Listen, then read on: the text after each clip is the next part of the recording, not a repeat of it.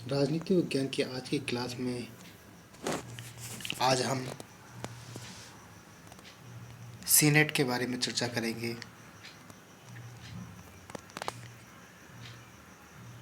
पिछली क्लास में हमने कांग्रेस के बारे में, जो वहाँ की व्यवस्थापिका है, उसके बारे में अध्ययन किया था। उसकी शक्ति और कार्य के बारे में चर्चा की थी। जो अमेरिकी कांग्रेस है, जिसे राष्ट्रीय व्यवस्थापिका कहते हैं,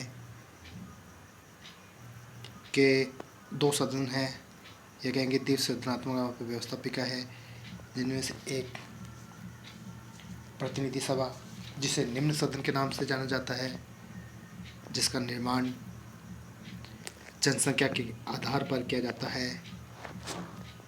तो दूसरा जो सदन है, उच्च सदन, जिसे सीनेट या द्वितीय सदन के नाम से जानते हैं, इसके निर्माण में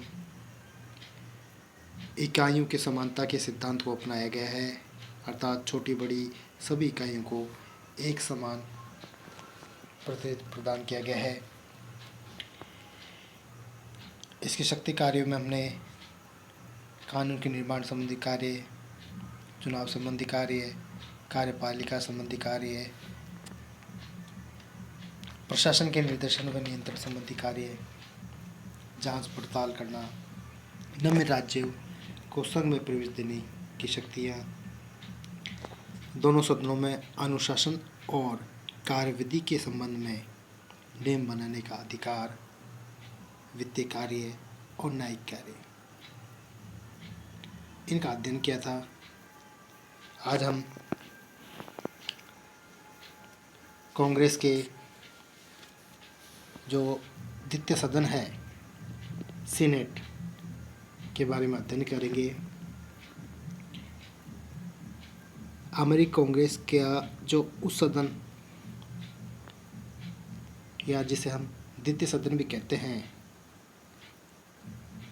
या सीनेट भी कहते हैं, कांग्रेस का जो प्रतिनिधि सभा है, निम्न सदन या प्रथम सदन से अधिक शक्तिशाली होता है। सीनेट का संगठन जनसंख्या के प्रतिनिधित्व के आधार पर न होकर राज्यों के आधार पर होता है। इसमें सभी इकाइयों को समान प्रतिनिधित्व प्रदान किया गया है और प्रत्येक इकाइयों के द्वारा सीनेट में 2 प्रतिनिधि भेजे जाते हैं। सीनेट में प्राप्त इस प्रतिनिधित्व से किसी भी राज्य को उसकी इच्छा के बिना वंचित नहीं किया जा सकता है। यहाँ के जो संविधान है, उसका अनुच्छेद 5 में स्पष्ट रूप से इसका उल्लेख किया गया है कि किसी राज्य को उसकी सहमति के बिना सीनेट में प्रतिनिधित्व की समानता से वंचित नहीं किया जा सकता। प्रारंभ में 13 राज्यों से मिलकर अमेरिकी संघ का निर्माण किया था। उस समय सीनेट के सदस्यों की संख्या केवल 26 थी, परंतु वर्तमान में अमेरिकी संघ में 50 राज्य और सीनेट की सदस्य संख्या 100 हो गई है। इसके पश्चात हम इनके सदस्यों की योग्यताओं के बारे की ओर चलते हैं। जो व्यक्ति सीनेट का सदस्य के लिए उम्मीदवार होता है, उसके लिए कुछ योग्यताओं का होना आवश्यक है। इन योग्यताओं में पहली है, वो 30 वर्ष की आयु को पूरा कर चुका हो। दूसरा, वह उस राज्य का निवासी हो जिसका प्रतिनिधित्व वह सीनेट में करना चाहता है, या कहें कि उस राज्य का निवासी हो जहाँ से वह चुनाव लड़ रहा है, और कम से कम 9 वर्ष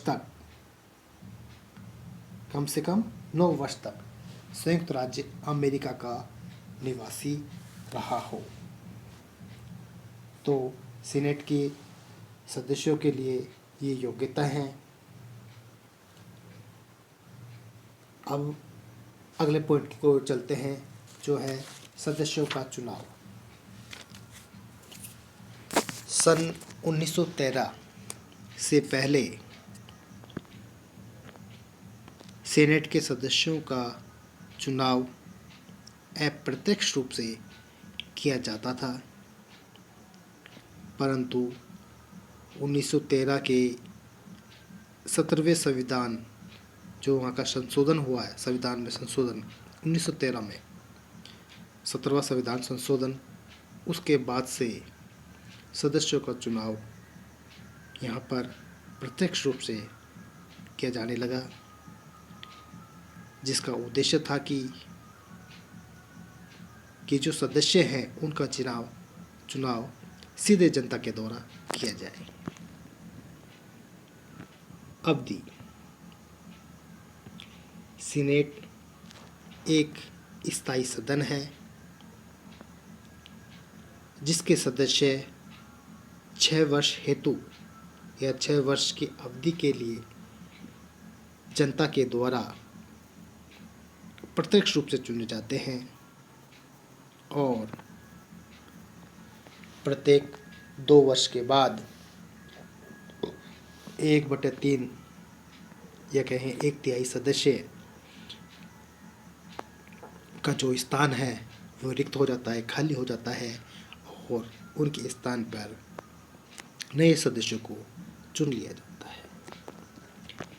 गणपूर्ति में सीनेट की बैठकों के बिल्कुल कहें कि सीनेट की बैठकों के लिए कुल सदस्य हैं उनके बहुमत की उपस्थिति आवश्यक है। कुल सदस्यों के बहुमत की उपस्थिति आवश्यक है, इसकी गणपूर्ति है। अगले पॉइंट में वेतन, भत्ते और उन्मुक्तियाँ से तात्पर्य छूट से है। तो जो कांग्रेस के दोनों सदन हैं, उन दोनों सदनों का वेतन, भत्ते और उन्मुक्तियाँ एक समान है। $30,000 वार्षिक वेतन और $17,500 क्लर्क के लिए और $12,000 कार्यालय के लिए वार्षिक खर्च इन्हें मिलता है। इसके अतिरिक्त यात्रा भत्ता, स्टेशनरी के सामान खरीदने के लिए, टेलीफोन का बिल, चिकित्सा आदि निःशुल्क अनेक प्रकार की सुख सुविधाएं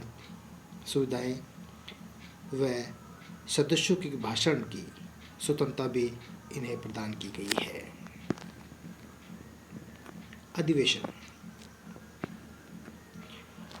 1933 का जो 20वां संविधान संशोधन हुआ, उसके अनुसार सीनेट का अधिवेशन 3 जनवरी की दोपहर को प्रतिनिधि सभा के साथ प्रारंभ होता है और सामान्यतः यह जुलाई में समाप्त होता है। यह कहें दोनों का एक साथ स्टार्ट होता है और दोनों का एक साथ ही समाप्त भी होता है। राष्ट्रपति द्वारा कांग्रेस के सदस्यों के विशेष अधिवेशन भी आमंत्रित कर सकता है। राष्ट्रपति के द्वारा विशेष अधिवेशन किसके द्वारा आमंत्रित किया जा सकता है? राष्ट्रपति के द्वारा। सभापति और वह उपसभापति उपराष्ट्रपति सीनेट का प्रधान सभापति होता है। उपराष्ट्रपति सीनेट के सदस्य नहीं होता है और ना ही मतदान में ये भाग लेता है। केवल पक्ष विपक्ष के बराबर मत आने पर ही यह अपने मत का प्रयोग कर सकता है, उससे पूर्व नहीं।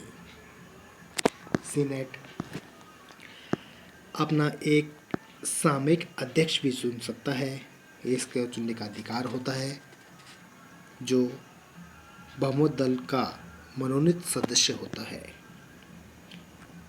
सीनेट के सभापति और उपसभापति की अनुपस्थिति में यह सदन के बैठकों की अध्यक्षता करता है। फिलिबस्टर सीनेट के सदस्यों को मनचाहे समय तक बोलने की स्वतंत्रता प्राप्त है। वाद विवाद प्रारंभ होने से पूर्व ही विचार व्यक्त करने पर समय के प्रतिबंध के रूप में समझौता न हो जाए तो सदस्य के ऊपर समय पर कोई प्रतिबंध लागू नहीं होता है।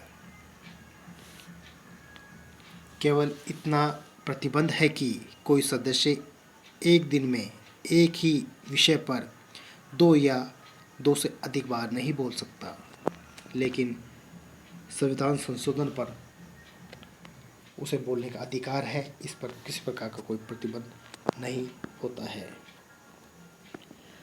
सदन के कामकाज में या फिलिबस्टर के सार रूप में हम कह सकते हैं कि सदन के जो कामकाज है उसमें रुकावट डालने के लिए अनावश्यक रूप से जो वाद विवाद किया जाता है या ऐसे वाद विवाद को हम फिलिबस्टर कहते हैं। कहने का मतलब है कि जो सदन की कार्रवाई चलती है तो उसमें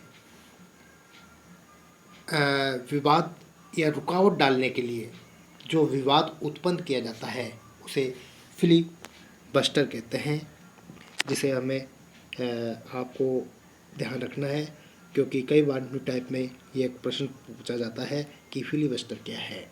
तो फिलिबस्टर से तात्पर्य सदन के कामकाज में रुकावट डालने के लिए अनावश्यक रूप से किया जाने वाला वाद विवाद। इस प्रकार हमने सीनेट के बारे में आज